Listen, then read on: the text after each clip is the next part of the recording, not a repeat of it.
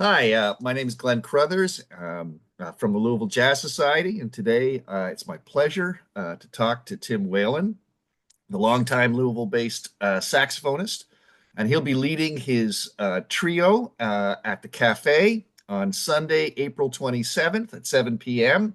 as part of the Louisville Jazz Society's signature series.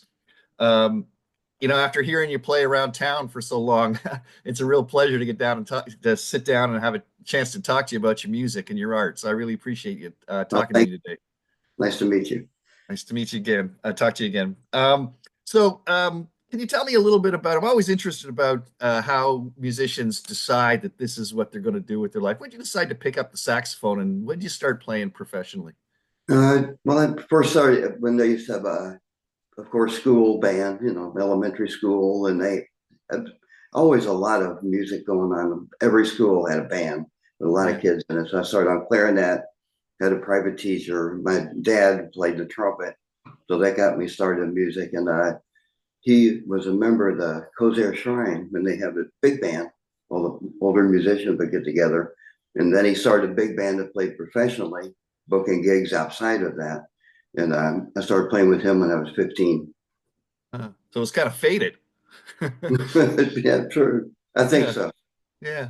Um, so you've been playing around Louisville for close to 20 years, I guess, since you came back to Yeah, Louisville, since right? I moved back, yeah, Yeah. something like that. Yeah. But played in New York City before that. Can you tell me a little bit about what that experience was like? Who'd you play with, and how did Well, playing in a jazz mecca like that shape your playing?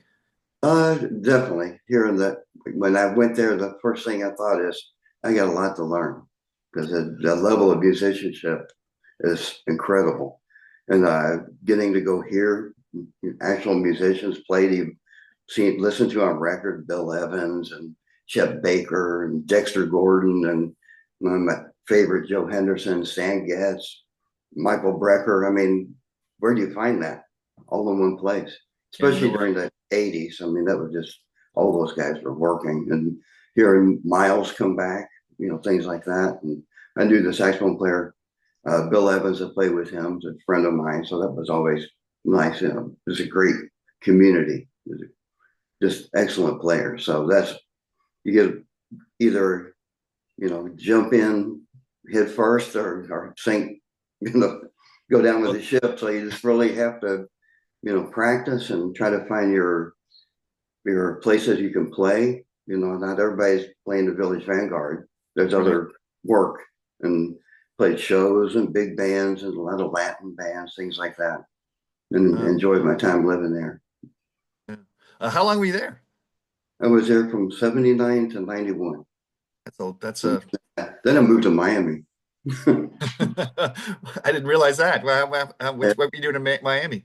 I lived there from 91 to about 94, and then I moved to San Francisco. Huh, Tried it there, and then from there I went back to Miami again, and then moved back here huh. with 2007. So did you find good music scenes in those places? Sure, yeah. I already knew people in Miami when I moved there, so that I think I started working within a couple of weeks there. Great, great. So what convinced you to come back to Louisville? Well, I wanted my son to grow up near my mother, so we moved back here. He was 8, and I thought it would just be a great place for him to grow up, and it is. Yeah, You know, yeah. great for It's kids. it's also been a great experience for you. You played lots of different places, lots of different really great players here in town. Are Well, there sure. any of those experiences that sort of stand out for you that you say this was good. I returned to Louisville. Well, a lot of playing with a good old friend of mine, Boogie Morton. I don't know if you remember him, a pianist, always a really good friend. And with Dick Sisto at the Sealback Hotel, that was a great experience. And Yeah. then we had the Jazz Factory where we got to play with a lot of different people. And it's actually probably the last time there was a place in Louisville that could bring in, outside artists that, it's like name artists. We don't really seem to have that anymore. Yeah, yeah. I think I really got to know your playing with the Buzzard. Oh That, yeah, yeah, yeah. yeah. Of course, with Pete, old time friend, and Mike Hyman, who's playing with me on Sunday. Who we've known each other since we were kids. Our moms were best friends, so we've known each other a long time.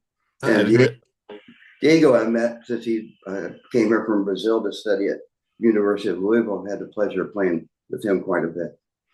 So that's who So, you're playing with on Sunday night with mhm, Diego yeah. and Mike Hyman. Mhm. Can you tell me a little bit what they bring to the band? What kind of sound they bring to the band? Uh, well, Diego, of course, being from Brazil, has that rhythmic thing that is unique to them, but he definitely has a jazz feel too. It's the bossa nova and jazz have a real close connection, so it's not really far off to think somebody from Brazil can play jazz. I think it's such a close mix of music. And Mike, I've just known forever, and he's played with my two favorite saxophone players of all time, Joe Henderson and Stan Getz. So, I mean, that's quite a provenance, or however you call it. Yeah, sure is, sure is. So you decided this time to for this gig to use a Hammond B3. Uh-huh. So why the Hammond rather than say more the traditional piano in your trio on Sunday? I think maybe the growing up, I had the opportunity of playing with a few like Boogie Morton here and Ramon Howard, another organ player from here in Louisville, some other people. And when I moved to New York, I got to play with Jack McDuff, and I always just love the sound of the Hammond. It just fills everything up. It's such a like a cushion, and it's Hmm. unique to be able to play with just two other people instead of having to play with three other and communicate. We can just the three of us a lot closer knit, I think. I'm really looking forward to the sound. It's a great sound. Some of the tenor sax and the organ are just made for each other. well, Perfect. perfect. Perfect. Well, can you tell us a little about what the audience can expect to hear on Sunday? What kind of tunes do you think you'll be playing, or what are some of your inspirations as you put together this show? I think my inspirations are mostly what I've heard of kind of the classic organ things, but we're just jazz organ lately, and then people have used it more.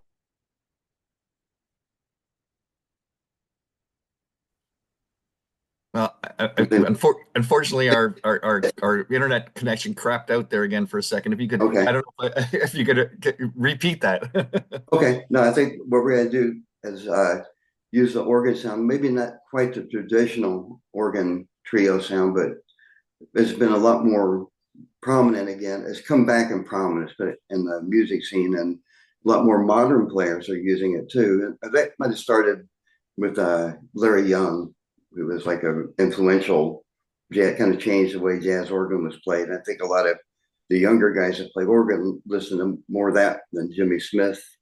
So it's a little bit more modernized kind of sound. And it'll be the repertoire is going to be probably a couple of things that I'll do that from Stan Getz, who I love, and then some other just things that we've kind of put together because I had a Thursday night organ trio gig for 6 years at a place, and these guys have all kind of we've done it together enough that we have a pretty big repertoire I can draw from. Are you going to bring any of the Brazilian sound into the mix on Sunday night? There's definitely at least two or three tunes that we're going to do that are definitely Brazilian tunes. Yeah. I have to play with him, kind of required. There was a guy, there was an organ player. I remember my grandmother had this record.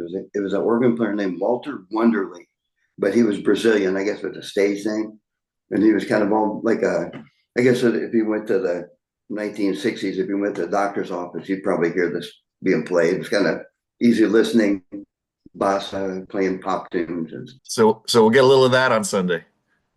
oh yeah, definitely. It sounds like a great mix of music. Both Okay, that'll be fun. I'm looking forward to it. great. Well, we're looking forward to hearing you. Thanks for speaking with me today, Tim.